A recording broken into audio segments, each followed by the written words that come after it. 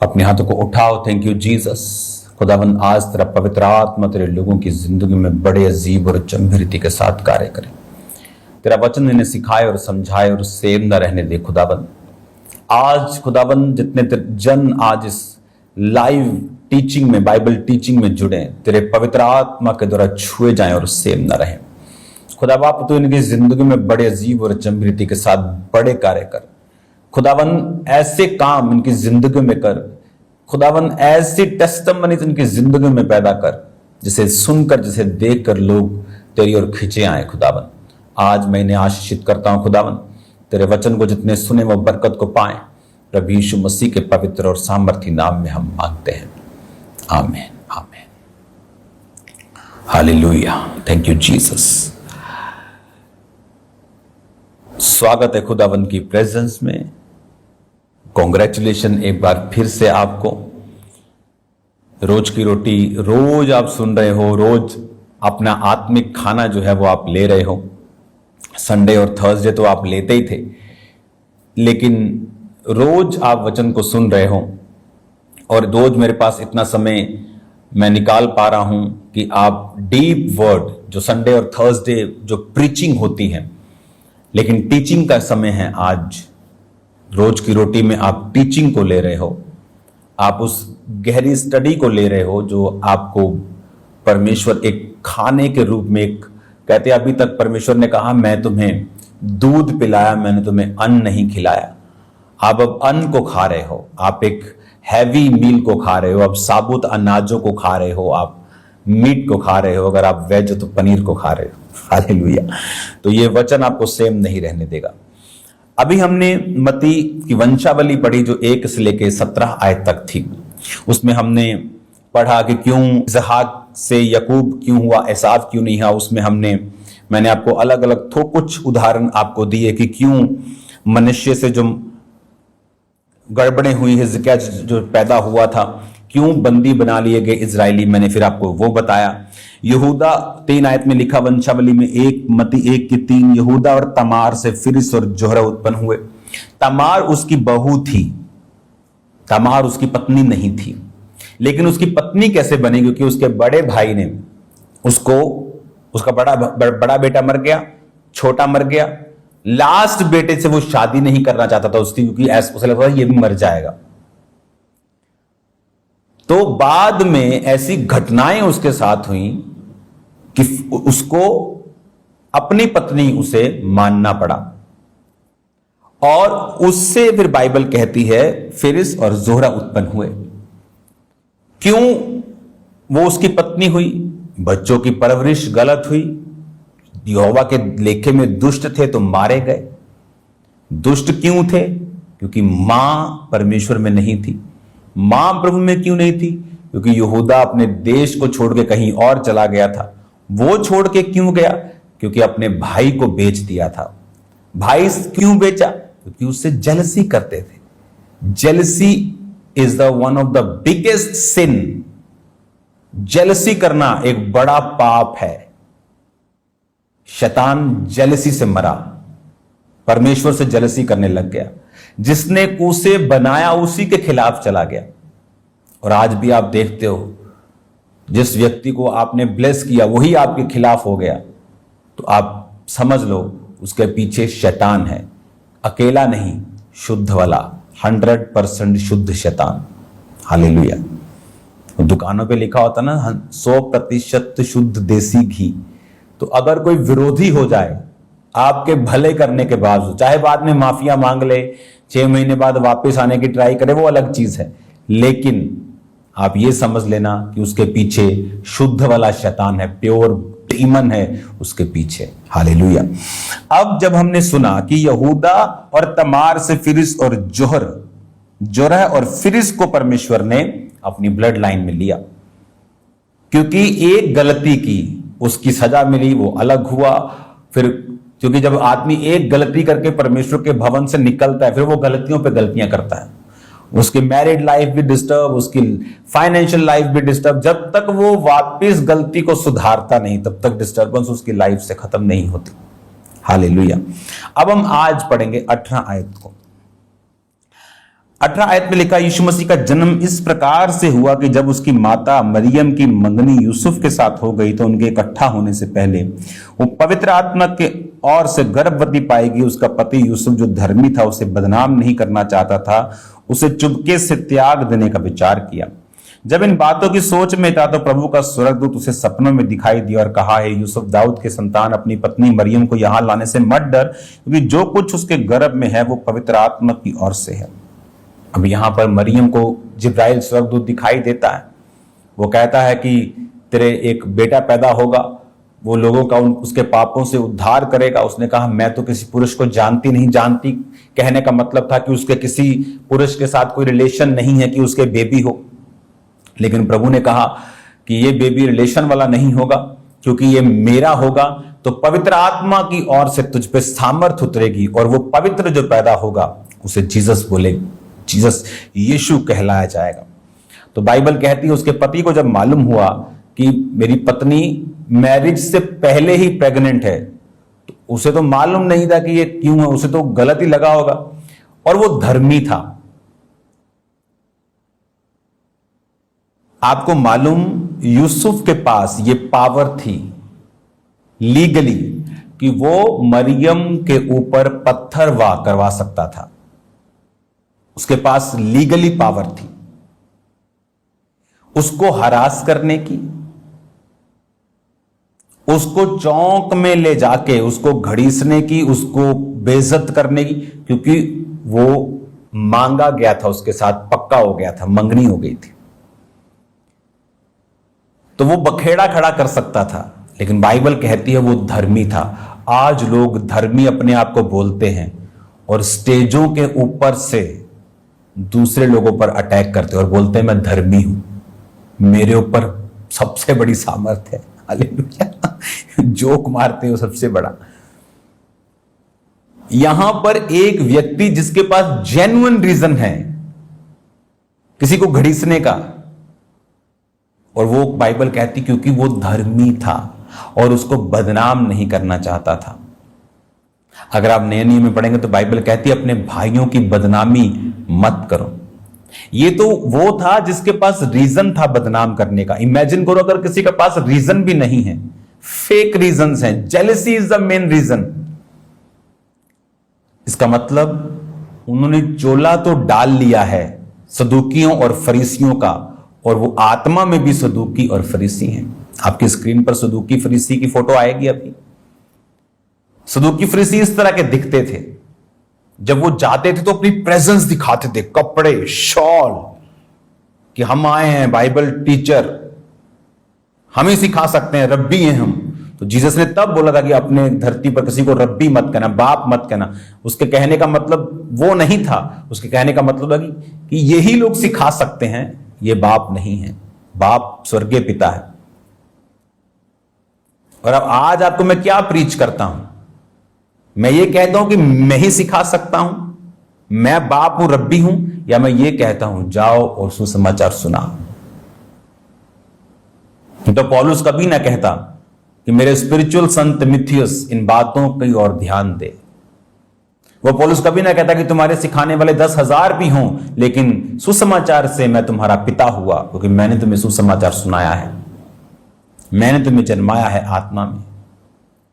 अगर शरीर में पिता है तो क्या आत्मा में नहीं होगा? जो कि आत्मिक जीवन असली है तो क्या उसमें नहीं होगा? जेलसी कि अपने आप को धर्मी कहना और दूसरे पे अटैक करना, ये शुद्ध शैतान है। मिलावट वाला नहीं, शुद्ध। हालेलुया। कहता वो धर्मी था, 19 आयत में उसे बदनाम नहीं करना चाहता, चुपके से कहता त्याग दूंगा। कि परिवार के लोग बैठेंगे, बात करेंगे, भाई साहब आपकी बेटी पहले से ऐसी है, ये कैरेक्टरलेस है, तो मैं इसे छोड़ता हूं। बखेड़ा खड़ा नहीं करना चाहता, मैं धर्मी हूं। धर्मी आदमी था वो, इसलिए खुदा ने उसे चुना था। किसी को कोई और होता तो बखेड़ा खड़ा करता। आज लोग पुलपट पे से दूसरों को अटैक करते हैं। अब उनके पुलपट से फील नहीं आती कि वो लोग खुदा का काम कर रहे हैं। ऐसा लगता है कोई स्पेशल पर्पस के तहत ये लगे हुए हैं और खुदा उनको कामयाब नहीं करता। और जिसकी वो बुराई करने की कोशिश करते हैं वो 3 महीने में 10 गुना बढ़ जाता है। और खुदा एक चपेड़ लगाता है कि मैं इसके साथ खड़ा हूं, मैं इसको बढ़ा रहा हूं, मैं इसके संग हूं, लेकिन तुम्हारे संग नहीं।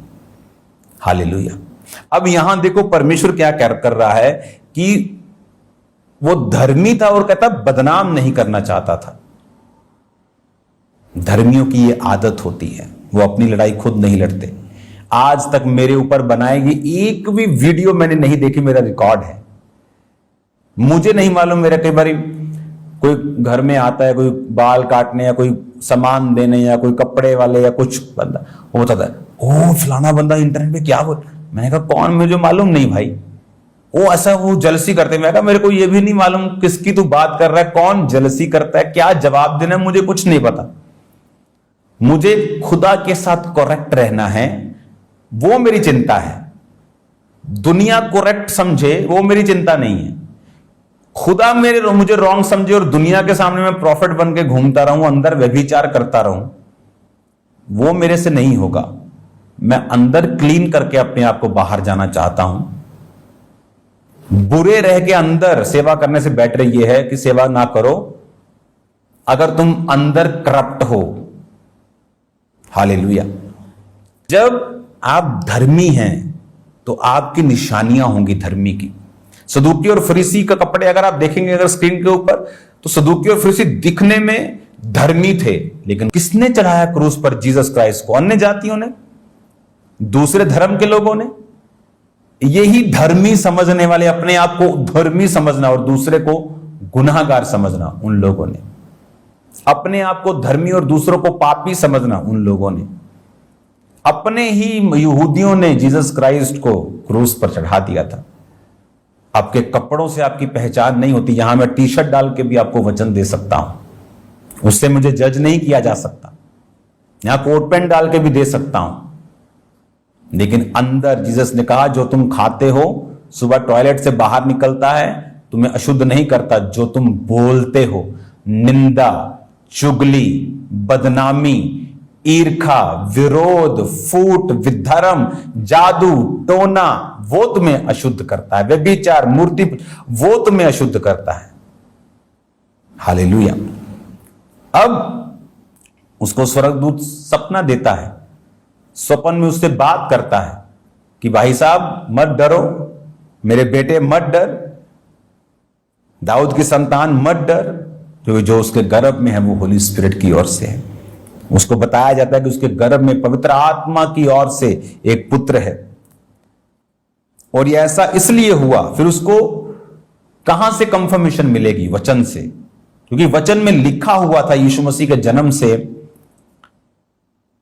700 वर्ष पहले यह रिटन था कि एक कुंवारी गर्भवती होगी।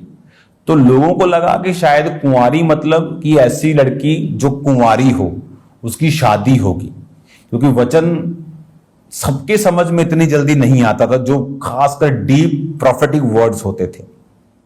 जैसे जीसस ने कहा मेरे लिए मत रो, अपने और अपने पुत्रों के लिए रोवो। क्यों? क्योंकि कुछ ही दशकों बाद ये सब कुछ ढा दिया जाएगा, वेस्ट कर दिया जाएगा।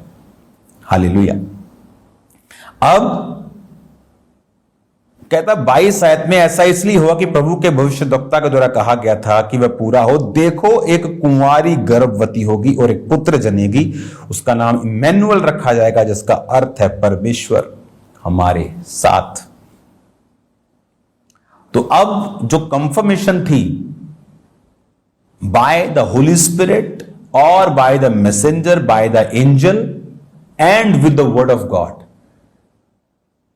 तो वर्ड ऑफ गॉड से भी उसको कंफर्मेशन थी कि हां, यशाया में लिखा है कि कुंवारी गर्भवती होगी।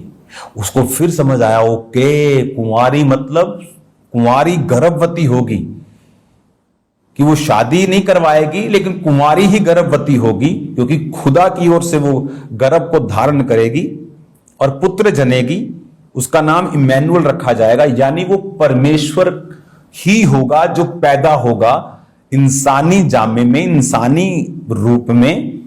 उसका नाम इसलिए इमैनुअल रखा जाएगा कि परमेश्वर हमारे संग, उसका नबी हमारे संग नहीं। लोग बोलते Jesus is the profit, he is the messenger, वो नबी था, खुदा नहीं था। नो, वो नबी, एक नबी का ऑफिस छोटी सी चीज थी खुदावंद यीशु मसीह के लिए। वो खुदा था, वो परमेश्वर था। आपने इंटरनेट पे देखा होगा, लोग बोलते ओके, एक बंदे को मैंने देखा इंटरनेट के ऊपर, आप इसकी रील बनाना जरूर, जो जितने यूट्यूबर्स देख रहे हैं मुझको, ढूंढना वो कहां पे उसने बोला। उसने कहा ओके, वो एक व्यक्ति क्रिश्चियन से बहस कर रहा है, okay do you believe Jesus is the real God, कि जीसस असली खुदा है। कहता हां। कि जीसस को सब मालूम है। क्रिश्चियन कहता हां। तो वो पद निकाल लेता है, वो अध्याय निकाल लेता है और बोलता है अगर जीसस को सब मालूम है तो उसने ये क्यों कहा कि मुझे भी नहीं मालूम कि मैं कब आऊंगा धरती पर तुम्हें लेने के लिए वापिस, पिता को मालूम है। उसने कहा फिर जीसस अगर खुदा है तो उसे मालूम क्यों नहीं है? आपको मालूम, जीसस ने बार बार बाइबल में लिखा है कि ऐसा इसलिए है। जीसस ने कहा पिता ने न्याय करने का सारा अधिकार मुझे दे दिया है। पिता न्याय नहीं करता, तो पिता न्याय नहीं करता, क्या उसको पिता नहीं बोलेंगे? पिता न्याय नहीं करता, लेकिन न्याय करने का अधिकार मुझे देते, ताकि सब लोग जैसे पिता का आदर करते हैं पुत्र का भी आदर करें। और पुत्र जो अपने आने का समय नहीं जानता, सिर्फ पिता जानता है, ताकि जब एंड में वो सब कुछ जीत कर पिता के हाथ में अपने आप को भी सौंप देगा, ताकि सब लोग पिता का आदर करें जिस तरह वो पुत्र का भी आदर करते हैं। आप समझ रहे मेरी बात को? कि जीसस ने कहा वो पिता ने अपने अधिकार में रखा है, न्याय करने का काम मुझे दिया है। तो अगर जीसस गॉड नहीं है, वो न्याय नहीं करता। अगर वो नबी है तो वो सिर्फ न्याय नहीं करता, लेकिन उसे न्याय करने का अधिकार है। 12 गोत्र सब लोगों का न्याय जीसस ने करना है, खुदा ने नहीं करना। क्यों? परमेश्वर ने कहा ताकि जिस तरह वो बाप का आदर करते हैं पुत्र का भी आदर करें, एक बैलेंस करने के लिए सिचुएशन को, क्योंकि वो बैलेंस करने वाला खुदा है। लिया अप्रिय हुई, 6 बालक दिए। राहेल प्रिय थी, बांझ थी, बाद में 2 हुए। कौन? यूसुफ, बिन्यामीन। अब आपको समझ आ रही है मैं क्या आपको बोल रहा हूं कि इससे ऐसे क्यों? ताकि बैलेंस। जीसस ने पिता को सब कुछ सौंप दिया और पिता ने जीसस के हाथ में सब कुछ सौंप दिया। सूर्य उसकी रोशनी है, उसकी गर्मी है, लेकिन क्या हम उसको अलग अलग बोलते हैं? सूर्य की रोशनी अलग है, उसकी गर्मी अलग है, उसका ठोस जो है कोर अलग है। नो, सूर्य, बाप, बेटा, पवित्र आत्मा एक ही है। बाप, जैसे बोलते हैं कि मर्द की जुबान एक होती ना, तो बाप की जुबान एक ही है जिसने देह धारा और वो धरती पे आया। बाप कुर्सी पे बैठा है, लेकिन उसका आत्मा आप में मौजूद है काम को करने के लिए। बाप हर जगह नहीं जाता। न्याय करने का काम उसने अपने बेटे को दे दिया है, क्योंकि वो तीनों एक ही हैं, काम अलग अलग लेकिन वो एक ही हैं। हालेलुया। अब जब उसको बोला गया कि उसका नाम इमैनुअल रखे, अगर वो नबी होता तो उसका नाम इमैनुअल नहीं होता। मोस्टली लोग क्या करते हैं, जब वो क्रिश्चियन से बहस करते हैं, बाइबल का एक अध्याय उठा लेते हैं अनपढ़ों की तरह और उसको कोट करते रहते हैं। ना उसके आगे पढ़ते हैं, ना उसके पीछे पढ़ते हैं, ना उसको सही रीति के साथ उसको बाय स्पिरिट जांचते हैं। जस्ट एक वचन पढ़ के उस पर बहस करने के लिए आ जाते हैं। हालेलुया। तो जब परमेश्वर ने कहा उसका नाम इमैनुअल रखा जाएगा, मतलब खुदा हमारे संग, नबी हमारे संग नहीं। वो नबी भी था, वो हीलर भी था, वो चंगा करने वाला भी था, वो टीचर भी था, वो इवेंजलिस्ट भी था, वो प्रीचर भी था, वो प्रेरित भी था। हालेलुया। तो उसका नाम इमैनुअल यानी प्रभु हमारे संग, परमेश्वर हमारे संग, कि वो खुदा जो था वो हमारे संग आएगा और वो हमारे संग रहेगा। हालेलुया। कि आज उसने कहा कि उसका नाम तू यीशु रखना, क्योंकि वह अपने लोगों का उनके पापों से उद्धार करेगा। लोगों का उद्धार करेगा पापों से। पापों को मिटाएगा। कौन मिटा सकता है? कि नबी पाप मिटा सकता है क्या? नहीं मिटा सकता। पाप मिटा सकता है तो परमेश्वर। तो जीसस ने कभी ये कहा, ऐसे भी कहा कि मैं तेरे पाप माफ करता हूं, जा तेरे पाप माफ हुए। नबी पाप माफ नहीं कर सकता, खुदा कर सकता है। इसलिए तो वो सदूकी फरीसी जो कपड़े डाल के रहते थे बोलते थे कि ये कैसे बोल सकता है, ये कौन है, खुदा है क्या? वो खुदा ही था, वो खुदा ही था कि तेरे पाप माफ हुए। वो अकेला नबी, नबी तो एक छोटा सा ऑफिस है उसका, कि आप कोई गाड़ी चला रहा है मर्सिडीज, तो आप उसको मर्सिडीज का ऑनर या उसको ड्राइवर नहीं बोल सकते। वो तो उसका एक छोटा सा पार्ट है, उसकी बड़ी कंपनी है। वो टेस्ला का मालिक है, वो माइक्रोसॉफ्ट का मालिक है। तो वो तो उसका छोटे छोटे उसके पार्ट्स हैं। जीसस क्राइस्ट एक नबी था, वो एक भविष्यद्वक्ता था, वो एक चंगा करने वाला परमेश्वर था, लेकिन असल में वो खुद परमेश्वर था। इसलिए कहा कि उसका नाम इमैनुअल रखा जाएगा, जिसका मतलब है प्रभु हमारे साथ, परमेश्वर हमारे साथ। वो आपके साथ है। इसको कंटिन्यू, मत्ती 1 अभी खत्म नहीं हुआ, इसको जारी रखेंगे। अपने हाथों को उठा। खुदा बाप, आज जितना वचन तेरे लोगों ने सुना वो 100 गुना बरकत को पाए, 100 गुना आशीष को पाए, वो सेम न रहे। खुदाबंद तेरा पात्र उन्हें छुए, चंगा करे, आजाद करे। In the mighty name of Jesus be healed. Yeshu Masih के नाम में चंगे हो जाओ और आजाद हो जाओ। सब बीमारियां तुम्हारे शरीर को छोड़कर चले जाएं। जीसस तुम्हें चंगा करते हैं right now in the name of Jesus. Thank you Lord. अपने हाथों को उठाओ। आज रात जितने लोग प्रेयर माउंटेन की प्रेयर के साथ जुड़े, सेम न रहें। खुदाबंद का आत्मा आपको गाइड करे, उसको शेयर करना है, लोगों को इनवाइट करना है, क्योंकि आप सेम नहीं है उस प्रेयर माउंटेन की प्रेयर के साथ। जितने खुदाबंद उस सुंदर, उस फायर आग से भरे हुए पहाड़ से, खुदाबंद उस जगह से, उन प्रेयर रूम से खुदाबंद प्रार्थना को रिसीव करें, सेम न रहें। इनकी चंगाइयां, डिलीवरेंस हो खुदाबंद, बरकतें आए इनके घरों में, यीशु मसीह के नाम में। Amen, amen. God bless you all. मेरा बिलीव है कि आप लोग शाम की प्रेयर्स को अटेंड करके बरकतों को पा रहे हैं। थर्सडे मीटिंग एक स्पेशल आपको मैसेज मैं आपको दूंगा। आप सेम नहीं होंगे यीशु मसीह के नाम में। अमेरिका के टूर्स, उन्हें भी आप अपनी प्रार्थना में रखेंगे, और एक मैसेज जो वहां से मैं लाइव होकर आपको दिया करूंगा, रोज की रोटी हो या प्रेयर माउंटेन हो या मीटिंग्स हो, तो मैं आपके साथ जुड़ा रहूंगा दुनिया के जिस कोने में भी मैं हूं, ताकि आपकी खुराक जो है वो मिस ना हो। मीटिंग वाले दिन रोज की रोटी नहीं होती। God bless you all. आप सेम नहीं हैं। फिर मिलेंगे खुदावंद की प्रेजेंस में। थर्सडे मीटिंग अटेंड करना भूलना नहीं। खुदावंद आपके साथ हो। ये बड़ी मीटिंग जो थर्सडे होगी, अनॉइंटिंग ऑयल डिस्ट्रीब्यूशन मीटिंग होगी। आप मिरेकल्स को देखेंगे इन Jesus name. God bless you all.